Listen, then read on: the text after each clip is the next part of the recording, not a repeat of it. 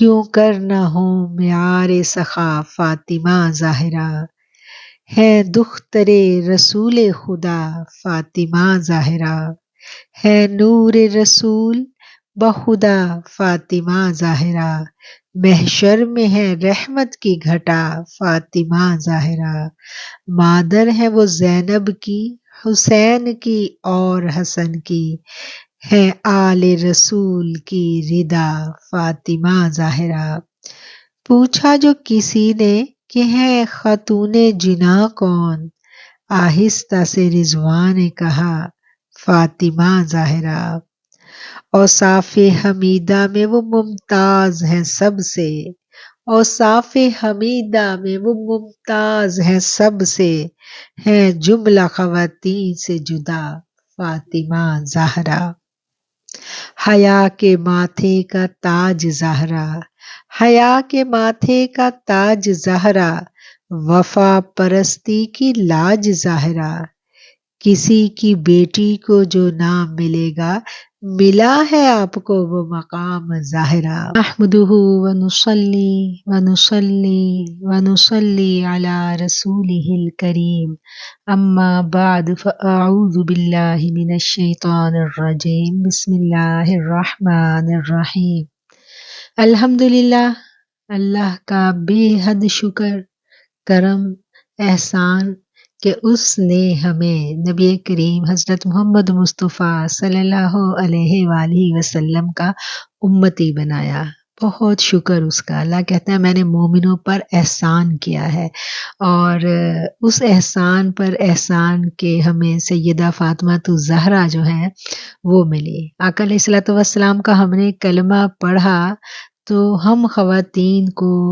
جو سب سے قیمتی تحفہ ملا وہ نسبت سیدہ فاطمہ الزہرا ملی۔ بی بی سلام اللہ علیہا کی محبت کے بنا، کی نسبت کے بنا، ان سے قلبی تعلق استوار کیے بنا شاید ہم اپنے عورت ہونے کے احساس کی تکمیل نہ کر سکیں۔ ہمیں جو عورت ہونے کا احساس ہے نا، ہمارا ایک مسلمان عورت ہونے کا احساس، وہ اسی وقت مکمل ہوتا ہے جب ہم اپنے آپ کو بی بی سیدہ کائنات کے قدموں میں لے جاتے ہیں۔ بی بی فاطمہ الزہرا وہ مکمل شخصیت ہیں، خواتین کے لیے ایک کامل نمونہ، کامل۔ ایسی عورت نہ آج تک کائنات نے دیکھی اور نہ ہی کبھی ایسی عورت آئے گی جس سے تمام نبیوں کے سردار اتنی محبت کرتے تھے، اتنی محبت کرتے تھے کہ جب وہ تشریف لاتی تھیں تو میرے آقا علیہ الصلوۃ والسلام اٹھ کر کھڑے ہو جاتے تھے۔ آپ ان کی پیشانی پر بوسہ دیتے تھے اور پھر اپنی جگہ پر ان کو بٹھاتے تھے۔ سبحان اللہ، ذرا تصور میں ہم جا کر دیکھیں کہ بی بی تشریف لا رہی ہیں اور آقا تشریف فرما ہے۔ وہ خوبصورت عورت جو یہ کہتے ہیں نا کہ اسلام نے عورتوں کو حقوق نہیں دیے، تو اس سے بڑا اور کیا حق دیا ہوگا کہ ایک بیٹی تشریف لا رہی ہے اور وہ پیغمبر اسلام ہے، اور ان کو اس کائنات میں سب سے بلند مرتبے سے نوازا گیا ہے۔ فرشتے ان کے در پہ حاضر ہوتے ہیں اور وہ پیغمبر اسلام ایک عورت کے لیے کھڑے ہوتے ہیں اور ان کی پیشانی پر بوسہ دے کر انہیں اپنی جگہ پر بٹھاتے ہیں۔ آقا علیہ الصلوۃ والسلام کا یہ معمول مبارک تھا کہ جب بھی آپ صبح گھر سے نکلتے تو تب بھی آپ سیدہ کے دروازے کے آگے سے گزرتے تھے تو آواز لگاتے تھے، فجر کے لیے ان کے دروازے کے آگے سے آواز لگا کر گزرتے تھے، انہیں پکار کر گزرتے تھے۔ آپ سفر پر جاتے تھے تو سب سے آخر میں اپنی اس پیاری بیٹی کو ملتے تھے، اور پھر جب واپس آتے تھے تو پھر بھی آپ آ کر سب سے پہلے اپنی اس پیاری بیٹی کے پاس جاتے تھے۔ یہ پیاری بیٹی جس نے بچپن سے ہی اپنے باپ کو امت کے غم میں تڑپتے دیکھا، وہ جو کھیل کود کی عمر ہوتی ہے، اس عمر میں اس بیٹی نے اپنے باپ کو دیکھا کہ وہ اللہ کے حضور گڑ گڑاتے ہیں، روتے ہیں اور اللہ سے اپنی امت کے لیے خیر طلب کرتے ہیں۔ سب خاندان، سب احباب ایک طرف ہیں اور اس کے بی بی سلام اللہ علیہ کے بابا جو ہیں ان کی اپنی امت کے لیے تڑپ، بنی نوع انسان کے لیے ان کا درد ایک جانب ہے، سب کچھ ایک طرف، اور دوسری طرف وہ اپنے محبوب باپ کو دیکھتی ہے، اور باپ بھی وہ جان نثار باپ جو اپنی بیٹی کے اوپر فدا ہوتا تھا، بہت محبت کرتا تھا اپنی بیٹی سے، لیکن جب اللہ کے احکامات کی باری آ جاتی تھی تو وہ باپ سر تسلیم خم کر دیتا تھا۔ چھوٹی سی تھی سیدہ، چھوٹی سی تھی، گود میں تھی، کھیلنے کودنے کے عمر تھے، تو شاب ابی طالب کی مشکل آن پڑی، وہ گھاٹی، وہ پتھروں کے درمیان سنگلاخ چٹانیں، وہ آج بھی وہ بیت اللہ شریف میں جب ہم جاتے ہیں مکہ میں حج کرنے کے لیے، عمرے کے لیے آپ جائیں تو کبھی شاب ابی طالب کے پہاڑ جو ہے نا بالکل قریب ہے، کبھی ان کی زیارت کریں، دیکھیں وہ کتنے سخت پہاڑ ہیں، وہاں محصور کر دیا گیا، اور بی بی نے اپنے بچپن کے 3 برس وہاں گزارے، خوراک کی کمی تھی، مسلمان چمڑے ابال ابال کر پینے پہ مجبور ہو گئے تھے، اتنی تنگی تھی، اتنی مشکلات تھی، ایسے میں وہ جان نثار، وہ محبت کرنے والا باپ، اس کے آگے اپنی اولاد نہیں تھی۔ آج دیکھیں ہم تو ایک لمحہ بھی نہیں لگاتے اپنے ایمان کا سودا کرتے وقت، ہمارے آگے ہمارے بچے آ جاتے ہیں، لیکن وہ پیغمبر اسلام وہ کس کے لیے قربانی دے رہے تھے، وہ کس کے لیے وہاں محصور تھے، صرف اور صرف میرے اور آپ کے لیے، امت مسلمہ کے لیے، انسانیت کے لیے، کہ اس انسانیت کو خیر مل جائے، یہ انسانیت جو ہے یہ بچ جائے، یہ انسانیت جہنم کی آگ سے بچ جائے، اور استقلال کے ساتھ، صبر کے ساتھ جو 3 برس آقا علیہ الصلوۃ والسلام نے وہاں گزارے، وہ ایک ایک دن بی بی نے بھی وہاں گزارا، وہ چھوٹی سی ننھی سی معصوم بچی، صبر، استقلال، دین کے لیے قربانی دینا بی بی نے بچپن سے سیکھا، ماں کی گود سے سیکھا، باپ کی انگلی پکڑ کر چلتے چلتے انہوں نے یہی سبق سیکھا کہ یہ دین قربانی مانگتا ہے، یہ دین قربانی مانگتا ہے، یہ دین قربانی مانگتا ہے، اور یہ قربانی دینی انہوں نے سیکھی، ان کے خون میں گردش کرتے تھے یہ سارے کے سارے جذبات، قربانی کے، صبر کے، استقلال کے اور ہمت کے، اتنی ہمت تھی ان میں، اتنی جرت تھی ان میں کہ جب رات کے اندھیرے میں ہجرت کے لیے مکہ سے روانہ ہوئے ہیں آقا علیہ الصلوۃ والسلام، تو یہ چھوٹی سی باپ کی لاڈلی بیٹی گھر پہ تھی، ان کو بھی چھوڑ کے آقا چلے گئے مدینہ شریف، اور پھر ہم جانتے ہیں کہ وہاں جا کے پھر آقا نے جو ہے جب آپ وہاں سیٹ ہو گئے تو پھر آپ نے جا کے زید بن حارثہ کے ساتھ ایک وفد کو بھیجا تھا اپنے خاندان والوں کو واپس بلانے کے لیے، اور پھر اس وفد کے ساتھ جو ہے حضرت رقیہ، ام کلثوم اور ان کے ساتھ جو ہے بی بی فاطمہ الزہرا مدینہ شریف گئی تھی، اور ماں کا سایہ تو اٹھ چکا تھا سر سے، یہ ننھی بیٹی، یہ لاڈلی بیٹی جس کو آقا کبھی جدا نہیں کرتے تھے، لیکن جب رب کا حکم آ گیا ہجرت کا تو چھوڑ کر چلے گئے اللہ کے حوالے، اور وہ میں سوچتی ہوں کہ اس بیٹی نے اس لمحے کتنا صبر کیا ہوگا کہ جس کا اس دنیا میں باپ کے سوا اور کوئی بھی نہیں ہے، اور سن 2 ہجری میں آپ کی شادی ہوئی ہے، اور ہجرت سے آپ کی شادی کے وقت جو ہے آپ کی عمر بتایا جاتا ہے کہ 16 برس تھی، تو اس کا مطلب ہے 13-14 برس کی تھی جب باپ گئے، تو ہوش تھی آپ کو، تو 13-14 برس کی بچی کی کیا اس کی کیفیات ہوتی ہیں، اس کی کیا فیلنگ ہوتی ہے، وہ قدموں سے لپٹتی تو باپ کی ہمت میں لغزش آ سکتی تھی، اس نے کس ہمت سے باپ کو رخصت کیا ہوگا، یقیناً میرے آقا جب گھر سے نکلے ہوں گے ہجرت کے لیے تو انہوں نے اپنی بیٹی کے ماتھے پر بوسہ ضرور دیا ہوگا، اور اس الوداعی بوسے کو بی بی فاطمہ الزہرا نے کیسے برداشت کیا ہوگا، کتنی مخالفت تھی، کتنی زیادہ اس وقت اسلام دشمنی عروج پر تھی، آپ کے خون کے پیاسے تھے، اور وہ جو باپ پر جان چھڑکتی تھی، وہ جو باپ سے بے انتہا پیار کرتی تھی، جس کی ماں بھی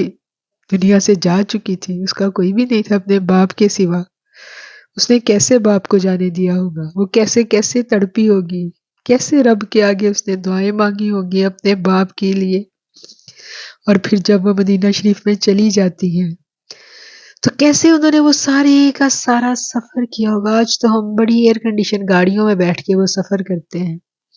بی بی نے وہ سفر پیدل کیا، اونٹوں پہ کیا، ریتلی زمینوں پر کیا، سنگلاخ پہاڑوں پر کیا. وہ سارے پہاڑ بی بی کے لیے،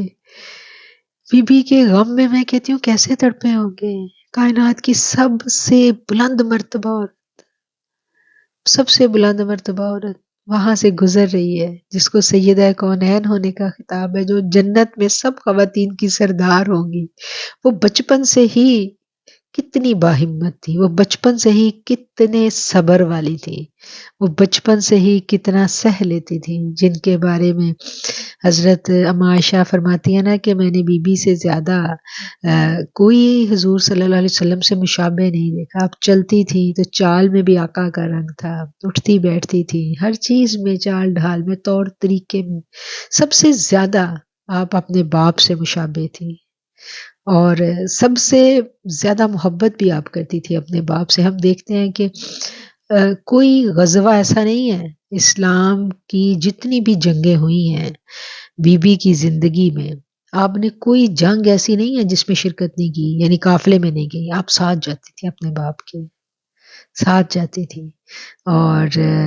احد کے موقع پر کیسا مشکل وقت تھا مسلمانوں پر، اور آپ اپنے باپ کے زخم دھو رہی ہیں، بھاگ رہی ہیں، آپ وہ راکھ جلا کے اپنے باپ کے زخموں پر باندھ رہی ہیں. باپ کو نہیں چھوڑا، باپ کو نہیں چھوڑا. نبی کریم صلی اللہ علیہ وسلم کی محبت میں دیوانہ. اور پھر یہ سب کچھ آپ نے اپنے اندر ایبزارب کر لیا. جو آقا علیہ الصلوۃ والسلام کے فضائل تھے، آپ کے خصائل تھے، وہ بی بی کے اندر تھے، بی بی کے اندر ایبزارب کر دیے گئے تھے. اگر آقا اپنی امت کے لیے روتے تھے تو بی بی بھی اپنے بابا کی امت کے لیے روتی تھی. اگر آقا اپنی امت کے لیے بہت زیادہ قربانی کا جذبہ رکھتے تھے تو بی بی بھی وہی قربانی کا جذبہ رکھتی تھی. عبادت کرتی تھی تو ایسی عبادت کرتی تھی، ایسی عبادت کرتی تھی کہ آپ کی جو محراب ہے، جہاں آپ کا جو مصلی محراب تھا، جہاں بیٹھ کے آپ عبادت کیا کرتی تھی، کہتے ہیں کہ وہاں سے روشنی پھوٹا کرتی تھی. اور اس روشنی کے جو کلر ہیں وہ 3 مرتبہ دن میں بدلا کرتے تھے. ایک روایت میں نے پڑھی اور میں پڑھ کے حیران رہ گئی کہ کیسا اللہ تعالیٰ نے ان کو جذبہ دیا تھا کہ سارا دن وہ کام کرتی ہیں، اور جب وہ صبح صبح اٹھ کے اپنی عبادت گاہ میں بیٹھ کے عبادت کیا کرتی تھی تو ایسا نور پھوٹتا تھا، ایسا نور پھوٹتا تھا کہ مولا علی فرماتے ہیں کہ وہاں سے روشنی جو ہے نا وہ میں محسوس کرتا تھا نکلتی بھی، کہ وہ جو روشنی نکلتی تھی. اور جب شام کو آپ عبادت کرتی تھی تو اسی نور کا رنگ بدل کر زرد ہو جاتا تھا. اور پھر جب رات کو آپ عبادت کرتی تھی تو اسی نور کا رنگ جو ہے غروب آفتاب کے بعد سرخ ہو جاتا تھا، کہ آپ کے انوارات کے رنگ جو ہے نا وہ آپ کے جذبات کے ساتھ، اوقات کے ساتھ بدلا کرتے تھے. یہاں ایک میں واقعہ ضمن عرض کرتی چلوں، واقعے کی صحت کے بارے میں میں نہیں جانتی، یہ واقعہ میں نے سنا کسی سے، اور یقیناً سن کے اس واقعہ نے میرے دل پر جو اثر کیا اسی وجہ سے یہ میں واقعہ بیان کر رہی ہوں، ورنہ حوالے کے بغیر واقعہ بیان کرنا میں اوائڈ کرتی ہوں کہ میں جس کا میرے پاس مناسب حوالہ نہیں ہے میں وہ واقعہ بیان نہ کروں. لیکن یہ واقعہ میں نے سنا مدینہ شریف میں جب آپ حاضری دیتے ہیں تو وہاں پر آپ نے دیکھا ہوگا کہ کچھ لوگ ہوتے ہیں جنہوں نے زرد رنگ کا لباس پہنا ہوتا ہے. تو یہ انڈیا کے کوئی پیر صاحب ہیں، ان کا یہ سلسلہ ہے، اور ان کے جو پیروکار ہیں نا وہ زرد رنگ کا لباس پہنتے ہیں. مجھے بھی حیرت ہوئی کہ یہ کون لوگ ہیں جو زرد رنگ کا لباس پہنتے ہیں اور مدینہ شریف میں آتے ہیں. یعنی حج پہ تو لوگ ایسا نہیں کرتے، عام طور پہ حج پہ تو لوگ نارمل لباس پہنتے ہیں تاکہ باقی لوگوں سے ممتاز نہ لگیں، اور جب وہ باقی لوگوں سے الگ تھلگ لگیں گے تو پھر سعودی گورنمنٹ بھی اتنا ان کے ساتھ اچھا سلوک نہیں کرتی، تو لوگ ایسی باتوں سے اوائڈ کرتے ہیں. تو لیکن یہ آپ کو کہیں نہ کہیں رش میں ایسا کوئی نہ کوئی بندہ مل جائے گا جو انڈیا سے تعلق رکھتا ہوگا اور اس کے جسم پر زرد لباس ہوگا. تو ایسے ہی میں نے بھی دیکھا، آپ لوگوں نے بھی دیکھا ہوگا، تو میرے دل میں یہ جستجو پیدا ہوئی کہ یہ کون لوگ ہیں کہ جو یہ زرد لباس پہنتے ہیں اور یہ اتنے پکے ہیں کہ یہ اتنا زیادہ سعودی گورنمنٹ کی سختی کے باوجود یہ اپنا زرد لباس پہننا نہیں چھوڑتے. تو پھر اللہ نے مجھے ایسے لوگوں سے ملوایا جنہوں نے مجھے بتایا، میرے سوال کا جواب دیا کہ وہ زرد لباس کیوں پہنتے ہیں. یہ واقعہ میں آپ لوگوں کو سنا رہی ہوں، وہی بات کروں گی دوبارہ کہ واقعے کی کوئی دلیل میرے پاس نہیں ہے، لیکن سینہ بسینہ یہ واقعہ مجھ تک پہنچا اور میں یہ واقعہ یہاں بیان کروں گی. انہوں نے بتایا کہ ان کے جو بزرگ تھے، جو بڑے پیر صاحب تھے، ان کے جن نام میرے ذہن سے نکل گیا ہے، جن سے یہ سلسلہ چلا تھا زرد کپڑوں کا، وہ سید زادے تھے. اور وہ جب مدینہ شریف آئے تو اس زمانے میں بی بی کا مقبرہ ہوا کرتا تھا. جیسے روضہ مبارک ہے نا، آج ہم دیکھتے ہیں روضہ مبارک کے ارد گرد 4 دیواری اور تالا لگا ہوا ہے. تو وہ کہتے ہیں کہ اس زمانے میں بی بی کا بھی یہاں پر مزار بنا ہوا تھا اور ارد گرد 4 دیواری تھی اور دروازے کو تالا لگا ہوتا تھا، اور تالے کی جو چابی تھی وہ جو وہاں پر منتظم تھے ان کے پاس ہوا کرتی تھی. تو وہ جب بزرگ یہاں تشریف لائے تو انہوں نے سوچا، انہوں نے کہا کہ میں نے یہاں حاضری دینی ہے. اور جب حاضری دینے گئے تو تالا تھا. انہوں نے معلوم کیا کہ میں مزار کے اندر کیسے جا سکتا ہوں. اس کے لیے انہوں نے وہاں لوگوں سے رابطہ کیا، تو وہ جن کے پاس چابی تھی انہوں نے کہا کہ بی بی تو یعنی سیدہ ہیں اور پردہ ہے اور ان کے مزار میں کوئی غیر محرم نہیں جا سکتا. تو وہ رونے لگے. انہوں نے کہا کہ کیا ایک بیٹے کا ایک باپ سے پردہ ہو سکتا ہے؟ اور وہ جا کے تالا پکڑ کے تو روتے جا رہے تھے اور یہی کہتے جا رہے تھے کہ اماں جان، کیا ایک بیٹے سے ایک ماں پردہ کر سکتی ہے؟ تو وہ جو وقت تھا وہ رو رہے تھے، اور وہ روتے روتے کیا ہوا کہ وہ تالا ان کے ہاتھ میں تھا، وہ خود بخود وہ تالا کھل گیا. جب وہ تالا کھلتا ہے تو وہ جو بزرگ ہیں سید زادے، وہ اندر چلے جاتے ہیں، اندر تشریف لے جاتے ہیں اور دروازہ بند ہو جاتا ہے. اور پھر وہ بہت سارا ٹائم اندر گزارتے ہیں، بہت سارا ٹائم اندر گزارتے ہیں. جب وہ اندر گئے تھے تو انہوں نے سفید احرام باندھا ہوا تھا، اور جب وہ باہر نکلے تو ان کے لباس کا رنگ زرد تھا. تو بس پھر کیا تھا کہ ان کے ساتھیوں نے دیکھا کہ یہ کیا. اور یہ واقعہ جب میں نے سنا اور پھر جب میں نے یہ پڑھا کہ بی بی کے اوپر جو عبادت کے وقت میں انوارات برسا کرتے تھے، وہ 3 اوقات میں 3 مختلف رنگوں کا نور ہوتا تھا. صبح کو سفید تھا، شام کو وہ زرد ہو جاتا، اور جب سورج غروب ہوتا اس وقت وہ سرخ ہوتے. تو یہ جب میں نے واقعہ سنا تو پھر مجھے سمجھ آئی کہ یہ سارے بھید ہیں، یہ سارے بھید ہیں اللہ کے. ہمیں نہیں پتا،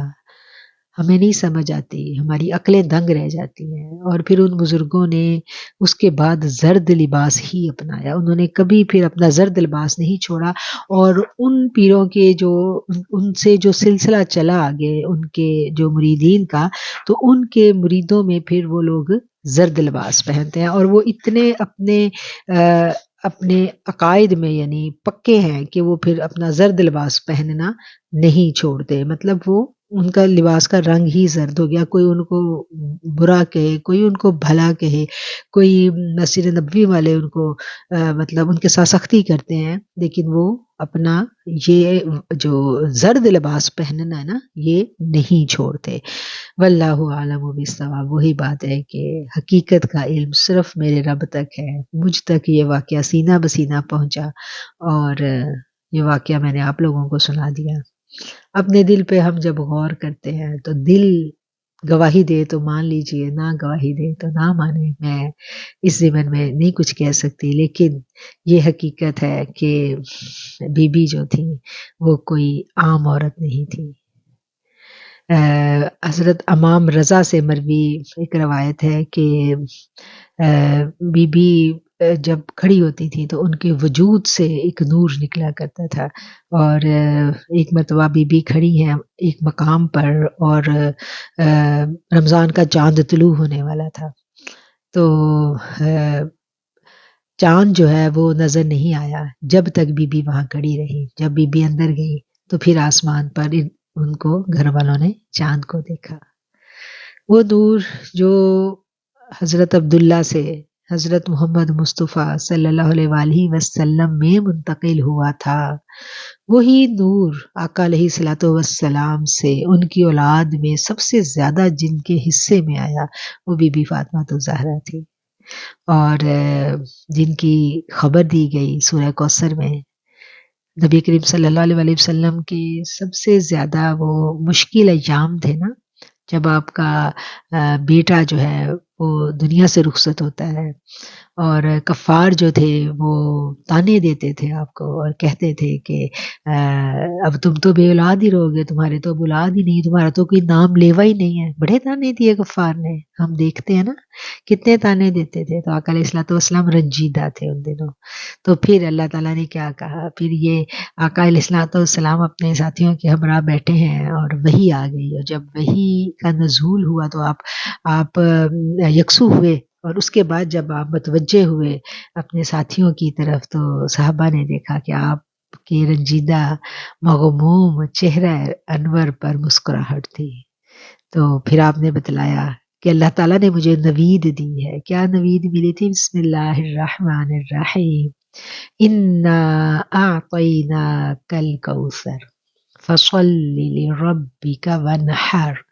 ان شانئک هو الابتر. بے شک ہم نے آپ کو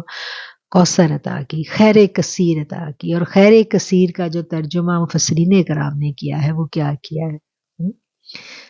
اس کا ترجمہ ایک تو کیا جاتا ہے نا کہ حوض کوثر ملا، اور دوسرا جو اس کا ترجمہ مفسرین کرام کرتے ہیں وہ کیا ہے، وہ خیر کثیر سے مراد حضرت بی بی فاطمہ الزہرا ہے،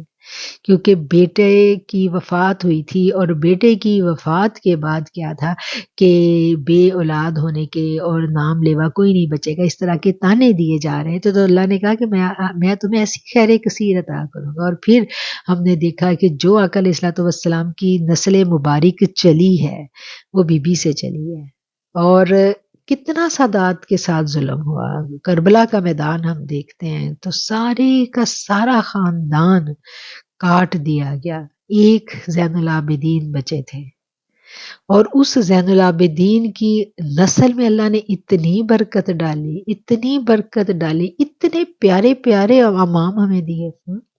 اتنے پیارے پیارے لوگ ملے. امام جعفر، امام صادق،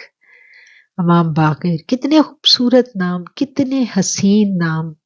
حسن ایسا ہوتا تھا کہ لوگ ان کو دیکھتے تھے تو دیکھتے ہی رہ جاتے تھے، اپنی عبادت میں، اپنی طہارت میں، اپنے تقوی میں، اپنے علم میں. آج دن تک ہم دیکھیں کہ جتنے بھی بڑے بڑے نام ہمیں ہسٹری میں نظر آتے ہیں جنہوں نے اسلام کے لیے کام کیا، وہ سارے کے سارے بی بی کے خاندان سے ہیں. سب سادات ہیں، حسنی حسینی سید ہے. ایک زین العابدین سے دیکھیں کہاں سے کہاں دنیا کے کونے کونے میں پھیل گئے، کونے کونے میں کہاں کہاں نہیں گئے. امام بخاری کو دیکھیں، یہ سب سادات تھے، سب سادات تھے. سب کا تعلق جو تھا وہ آقا علیہ الصلوۃ والسلام سے تھا. سب کا رشتہ جو تھا وہ بی بی فاطمہ الزہرا سے تھا. ہم اپنے جو جتنے طریقت کے امام ہیں، ایک تو شریعت کے امام ہیں نا، جو طریقت کے امام ہیں وہ بھی سب سادات ہیں، سب سادات ہیں. ان میں جتنے بڑے بڑے نام ہمیں نظر آتے ہیں طریقت کے اماموں میں وہ سب سادات ہیں. اور کس طرح سادات، جب بھی اسلام کو خون کی ضرورت پڑی سادات کا خون بے دریغ بہایا گیا، لیکن سادات کی نسل کو کبھی بھی ختم نہیں کیا جا سکا، نہ کیا جا سکا، نہ کیا جا سکتا ہے. اور جس نے سادات کے خون کا احترام کیا وہ مراد پا گیا، اور جس نے سادات کے خون کی بے ادبی کی وہ ذلیل و رسوا ہو گیا. بے ادبی کرنے پر ہی، کیونکہ یہ لوگ میرے اللہ کو بڑے پیارے ہیں، بڑے پیارے ہیں. وہ ایک امام تھے، میرے ذہن سے ان کا نام نکل گیا، وہ بیت اللہ شریف میں درس دے رہے تھے، تو درس دے رہے تھے تو وہ درس دیتے دیتے یکدم اٹھ کے کھڑے ہو گئے اپنی نشست سے، کھڑے ہوئے اور پھر بیٹھ گئے، پھر تھوڑی دیر بعد کھڑے ہوئے، یعنی متعدد بار وہ درس کے درمیان کھڑے ہوتے تھے، خاموشی سے ادب سے پھر بیٹھ جاتے تھے۔ تو جب ہمارے ہاں ہمارے اسلاف میں ہم دیکھتے ہیں کہ اسلام میں استاد کا بڑا احترام ہے، جب استاد بات کرتا ہے تو اسلام میں ہم جتنے بھی ہم اپنے اسلاف کو دیکھیں کہ استاد کے آگے کوئی شاگرد جرت نہیں کرتا۔ اب آج کے شاگرد نہیں تھے، وہ اسی وقت پوچھتے کہ بھئی سر آپ کیوں کھڑے ہوئے ہیں، یا امام صاحب آپ آرام سے درس دیں، آپ کیوں کھڑے ہو رہے ہیں؟ ایسا نہیں تھا، سب خاموش تھے، کسی نے نہیں اس وقت سوال کیا۔ جب محفل برخاست ہو گئی، محفل ختم ہو گئی، تو تب انہوں نے ذکر کیا کہ میں جب درس دے رہا تھا تو سامنے سے ایک سادات کا بچہ گزرا تھا، تو اس میں آقا علیہ الصلوۃ والسلام کا خون تھا، تو اس کے ادب میں کھڑا ہوا، اور وہ گزر گیا تو پھر میں بیٹھا، پھر وہ دوبارہ گزرا تو پھر میں کھڑا ہوا۔ وہ جو میں بار بار کھڑا ہوا اور بیٹھا، اس کی وجہ یہ تھی کہ وہ سادات کا خون تھا، سادات کے خون کا بڑا احترام کیا جاتا تھا، ہمارے اسلاف نے بڑا اہتمام کیا۔ بڑے بڑے اکابر صحابہ تھے جو امام حسن حسین کی جوتے صاف کیا کرتے تھے، ان کے چہرے کو تکا کرتے تھے، ان سے محبت کیا کرتے تھے، بڑے بڑے نام تھے، بڑے بڑے آقا علیہ الصلوۃ والسلام کی محفل کے صحابہ، حضرت ابو ہریرہ کا ہم دیکھتے ہیں ادب رسول کتنا پیار کرتے تھے، حضرت سیدنا ابو بکر صدیق، حضرت عمر فاروق، یہ سب امام حسن حسین کی بڑی تکریم کیا کرتے تھے۔ اور یہ سب جو نسل چلی ہے وہ ہماری پیاری سیدہ کونین حضرت بی بی فاطمہ الزہرا سے چلی ہے، حضرت فاطمہ الزہرا جن کا نام، جن کے القاب بے شمار ہیں۔ جی چاہتا تھا، میرا تو آج جی چاہ رہا تھا کہ میں بی بی کے القابات پہ بات کروں، ایک ایک لقب ہے، جب ہم اس لقب کی گہرائی میں جاتے ہیں تو دل جو ہے نا ہمارا واہ واہ کر اٹھتا ہے کہ سبحان اللہ سبحان اللہ، اور اتنا شکر گزاری کا احساس ہمارے اندر پیدا ہوتا ہے کہ الحمدللہ اللہ تو نے ہمیں کتنی بڑی سعادت دی کہ ہمیں ان کی نسبت دے دے۔ یہ تھوڑی بات ہے کہ ہم جو مسلمان بیویاں ہیں ہمارے پاس بی بی کی نسبت ہے، اس سے بڑی ہماری کیا خوش قسمتی کہ ہم اس نسبت کو پہچان لیں۔ جمادی ثانی کا مہینہ آتا ہے نا تو جی چاہتا ہے کہ ہم خوشیاں منائیں کہ ہماری بی بی کی ولادت کا مہینہ آیا، اسی مہینے کی 20 جمادی ثانی تھی نا جب بی بی اس دنیا میں تشریف لائی ہیں، اور یہ خوشیوں کا مہینہ، یہ خوشیاں منانے کا مہینہ ہے کہ بی بی کی ولادت ہوئی ہے، آقا علیہ الصلوۃ والسلام کو کوثر عطا ہوگی، خیر کثیر، اولاد کی کثرت انہی سے چلی آپ کی نسل، اور پھر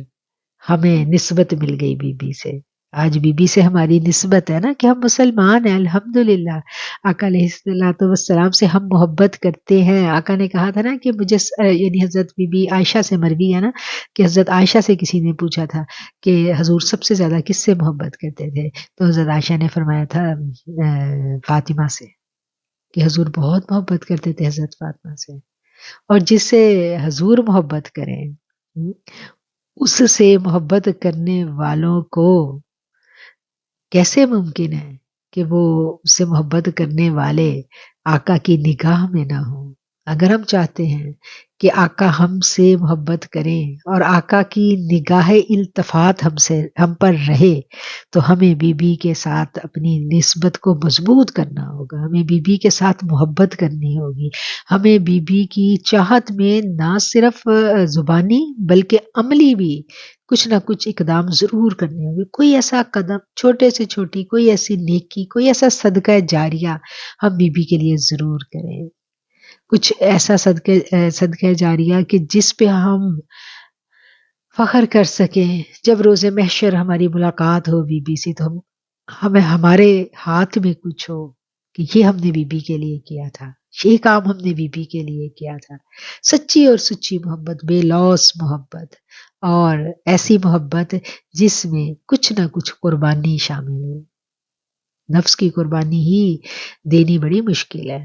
کوئی قربانی ہم بی بی کے نام پہ دیں، کہ یہ میں نے قربان کیا اس وجہ سے کہ مجھے بی بی سے محبت ہے، اور یہ سنت میں نے بی بی کی اپنا لی۔ بی بی کی ساری سنتیں ہم جانتے ہیں نا، ہمیں پتہ ہے کہ بی بی کی کیا کیا سنتیں ہیں جو ابھی تک ہم نے نہیں اپنائی۔ ہم نے سوچا ہی نہیں کہ یہ سنت ہم اپنا لیں گے تو بی بی خوش ہو جائیں گی، اور یہ میرے کردار کی برائی ہے، یہ میرے کردار میں بری بات موجود ہے،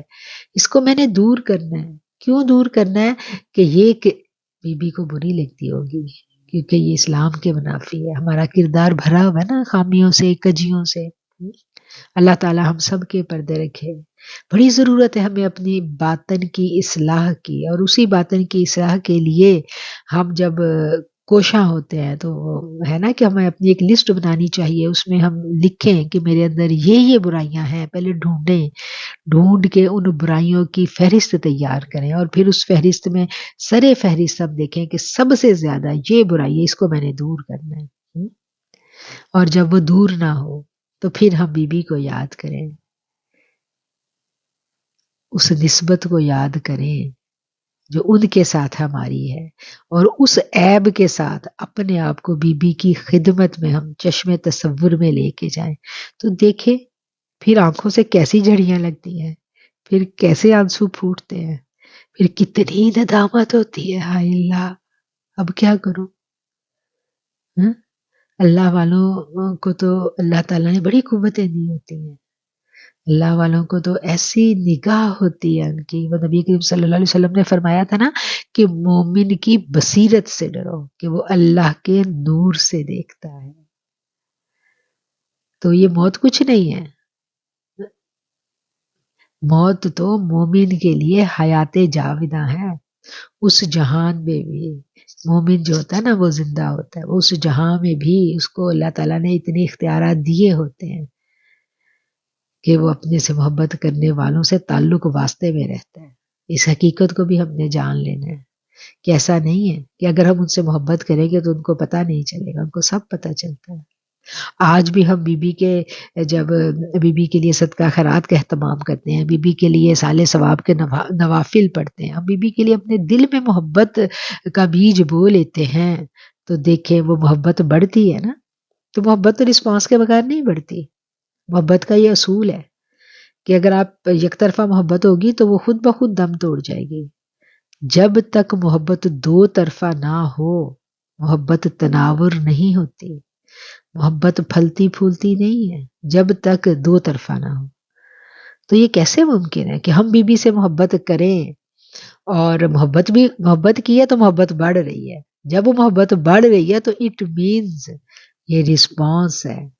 کہ انہیں پتہ چل رہا ہے، ادھر سے بھی محبت کی وائبز ہم تک آ رہی ہیں۔ پچھلے سال ہم نے میلاد زہرا منایا تھا نا،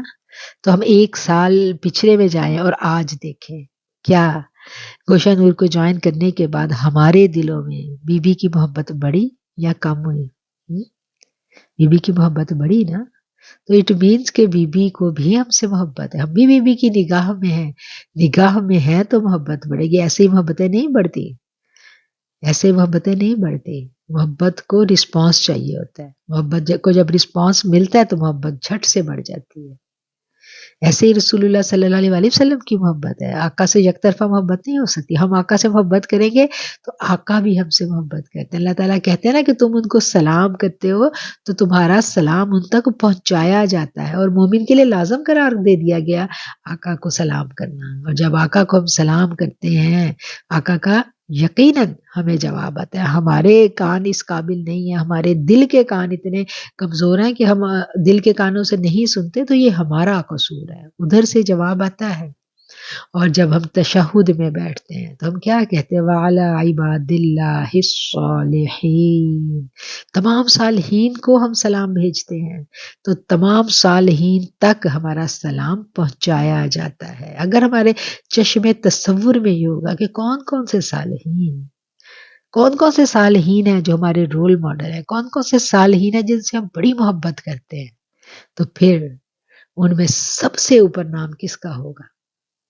جس کا سب سے اوپر نام ہوگا اس کے لیے اتنا ہی جوش و جذبہ ہوگا اس سلام میں، اور جتنا زیادہ جوش و جذبے سے ہمارا سلام پہنچایا جائے گا، جتنی محبت کی بھرپور کیفیات کے ساتھ ہمارا سلام جائے گا، اتنی ہی شدت کے ساتھ، اتنے ہی پیار کے ساتھ لوٹایا جائے گا۔ ایسا نہیں ہے کہ یک طرفہ ہوتا ہے۔ ہم تو قبرستان میں جاتے ہیں تو ہمیں تو حکم ہے مسلمان کو کہ تم قبرستان میں جاؤ جہاں عام مردے ہیں، عوام الناس کے مردے ہیں، ہمیں تو کہا گیا کہ وہاں جا کے بھی سلام کرو، السلام علیکم یا اہل القبور، تمام قبر والوں پہ ہم سلام کرتے ہیں نا۔ تو اگر مردوں تک ہمارا سلام نہیں پہنچایا جانا تو ہم سے کیوں کہلوایا جا رہا ہے؟ تو یہ روحانی دنیا کی، یہ جو روحانی دنیا کی حقیقتیں ہیں، یہ روحانی دنیا کے راز ہیں جنہیں ہم نے سمجھنا ہے۔ مومن بیک وقت دونوں جہانوں میں زندہ رہتا ہے، اس دنیا میں بھی اور اس دنیا میں بھی، دونوں جہانوں میں۔ روحانیت کے بغیر، روح کی حقیقت کو سمجھے بنا ہم اسلام کی روح تک نہیں پہنچ سکتے۔ کلمے کا بھی ایک ظاہر ہے اور کلمے کا بھی ایک باطن ہے، قرآن کا بھی ایک ظاہر ہے اور قرآن کا بھی ایک باطن ہے، محبت کا بھی ایک ظاہر ہے اور محبت کا بھی ایک باطن ہے۔ ظاہری محبت جو ہم لفظوں سے کرتے ہیں، اور باطنی محبت جو ہم دل میں کرتے ہیں، اور پھر دل میں یہ احساس جاگزی ہو جاتا ہے کہ کوئی ہم سے بھی محبت کر رہا ہے۔ وہ کون ہے؟ جو جس کی نگاہ میں ہم آ گئے، اور جب سے ہم اس کی نگاہ میں آئے ہم بدل گئے ہیں اندر سے۔ یہ باتیں سوچنے کی ہوتی ہیں، یہ غور و فکر کی ہوتی ہیں۔ یہ دن جو ہم مناتے ہیں نا، ان دنوں کی خوشیاں ہم مناتے ہیں، ہم سیلیبریٹ کرتے ہیں ان ایام کو، تو یاد دہانی کے لیے تھوڑا سا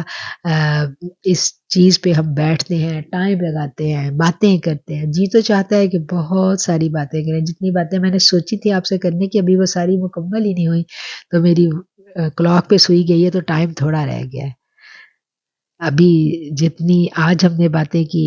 ہم انہی باتوں کو اپنے اندر ایبزارب کر لیں، انہی محبتوں کو اپنے وجود میں ہم سمو لیں، اور پھر جب ہم نیکسٹ ایئر میلاد زہرا منائیں تو ہم اپنے آپ کو جہاں آج کھڑے ہیں اس سے اوپر والے مقام پر پائیں۔ انشاءاللہ دعا کرتی ہوں کہ ایسا ہی ہو، مجھے اور آپ کو، ہم سب کو اللہ تعالیٰ بی بی کی سچی اور سچی محبت عطا کر دے۔ گوشہ نور کی، جو گوشہ نور کو جب ہم نے بنایا، اس کو قائم کیا، تو اس کا بنیادی مقصد ہی یہ تھا کہ ہم خواتین کی نسبت بی بی کے ساتھ مضبوط ہو جائے، ہماری زندگیوں میں بی بی کا تعلق پیدا ہو جائے کہ ہماری نسبت کس سے ہے۔ آقا علیہ الصلوۃ والسلام سے تو ہمیں بڑی محبت ہے نا، اور کہتے ہیں نا کہ جس کے ساتھ اللہ پیار کرتا ہے، جس سے اللہ محبت کرتا ہے، اس کے دل میں رسول اللہ صلی اللہ علیہ وسلم کی محبت ڈال دیتا ہے، اور پھر وہ رسول سے محبت کرنے لگتا ہے، اور جس سے رسول محبت کرنے لگتے ہیں نا، اس کے دل میں اہل بیت کی محبت ڈال دی جاتی ہے۔ اہل بیت سے محبت کیے بنا ہمارا مسلمان ہونے کا جو حق ہے نا، وہ ادا نہیں ہو سکتا۔ اور پھر جس سے رسول اللہ صلی اللہ علیہ وسلم کی نگاہ کرم جس پہ آ جائے، اس کی اکھیوں میں پھر اہل بیت کی محبت کے آنسو جو ہے نا، اس کی جھڑیاں لگ جاتی ہیں۔ اہل بیت کی محبت بڑا رلاتی ہے، بڑے دکھوں کی کہانیاں اہل بیت کی محبت میں ہیں۔ بی بی کی کہانیاں پڑھیں تو رونا ہی رونا ہے، رونا ہی رونا آتا ہے، اپنے کردار پہ رونا آتا ہے، ان کی محبت میں رونا آتا ہے، ان کے صبر پہ رونا آتا ہے۔ کبھی ہم خوشی کے آنسو روتے ہیں، کبھی ہم غم کے آنسو روتے ہیں۔ بی بی جب خوش تھی تو ہم بھی خوش ہوتے ہیں، بی بی جہاں جہاں مسکرائیں وہاں وہاں ہم بھی مسکراتے ہیں، جہاں جہاں بی بی غمزدہ ہوئی وہاں وہاں ہم بھی رونے لگ جاتے ہیں۔ تو یہ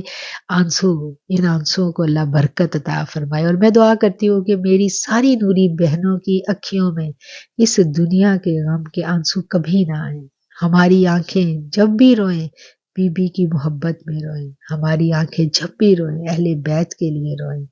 دنیا کے لیے نہ روئیں۔ سارے دنیا کے غم اللہ ہم سب سے ہٹا لے،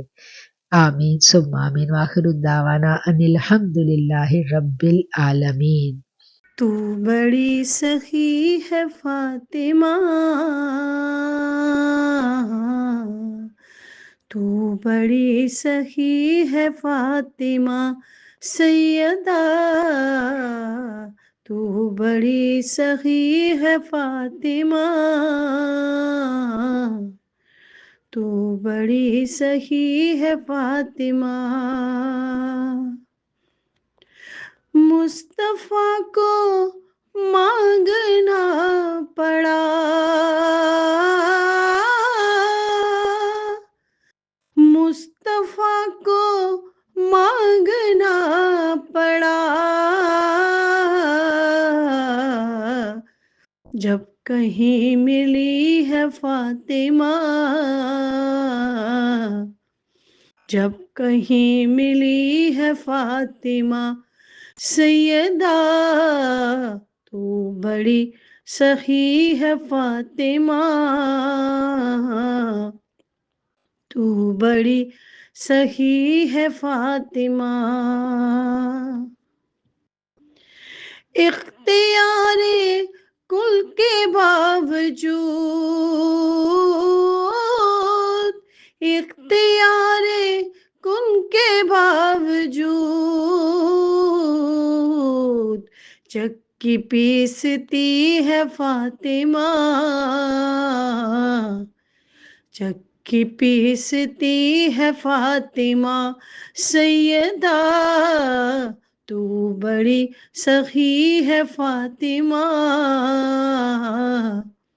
تو بڑی سخی ہے فاطمہ،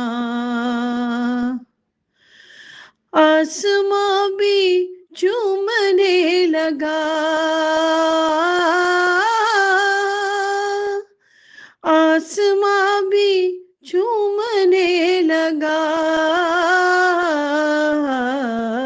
سجدہ کر رہی ہے فاطمہ،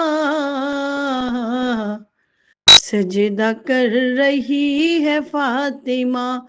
سیدہ، تو بڑی سخی ہے فاطمہ، تو بڑی سخی ہے فاطمہ، تو بڑی سخی ہے فاطمہ، تو بڑی سخی ہے فاطمہ سیدہ، تو بڑی سخی ہے فاطمہ۔ باد صبا، باد صبا، جا کہنا تو میری سیدہ فاطمہ زہرا، سلام علیکی، سلام علیکی یا سیدہ یا طاہرہ یا عابدہ، سلام علیکی، سلام علیکی، میں عاجزوں میں شامل ہو جاؤں، میں تیرے پیاروں میں شامل ہو جاؤں، یا سیدہ یا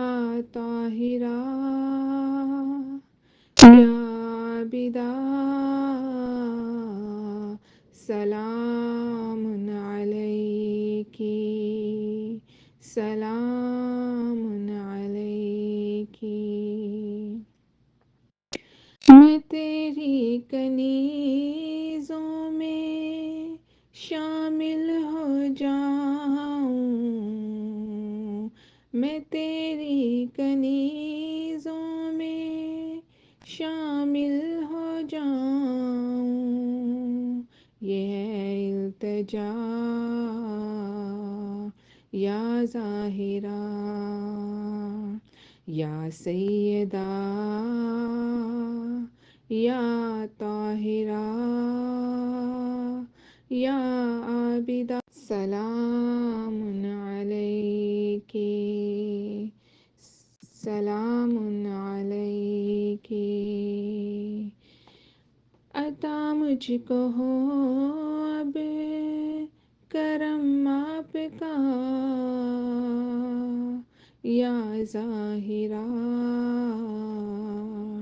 سلام علیکی یا طیبہ یا طاہرہ یا عابدہ، سلام علیکی بعد صبا، بعد صبا جا کہنا سلام علیکی، حب مصطفیٰ جان شیر خدا، حسنین کی ماں، سلام علیکی، سلام علیکی بعد صبا، کون و مکان یا ظاہرہ، سلام علیکی، سلام علیکی یا سیدہ یا طاہرہ یا عابدہ، سلام علیکی، سلام علیکی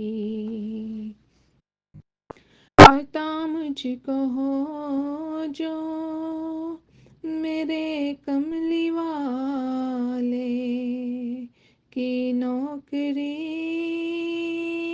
سلام علیکی عطا مجھ کو ہو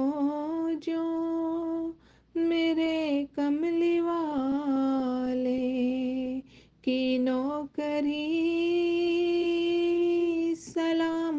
علیکی یا ظاہرہ دے عرضی میری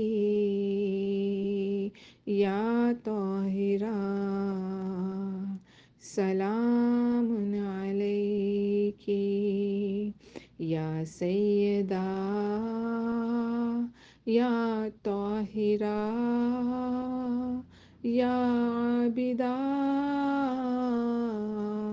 سلام علیکی بعد صبا، بعد صبا جا کہنا تو میری طیبہ طاہرہ ظاہرہ سیدہ فاطمہ، سلام علیکی، سلام علیکی، سلام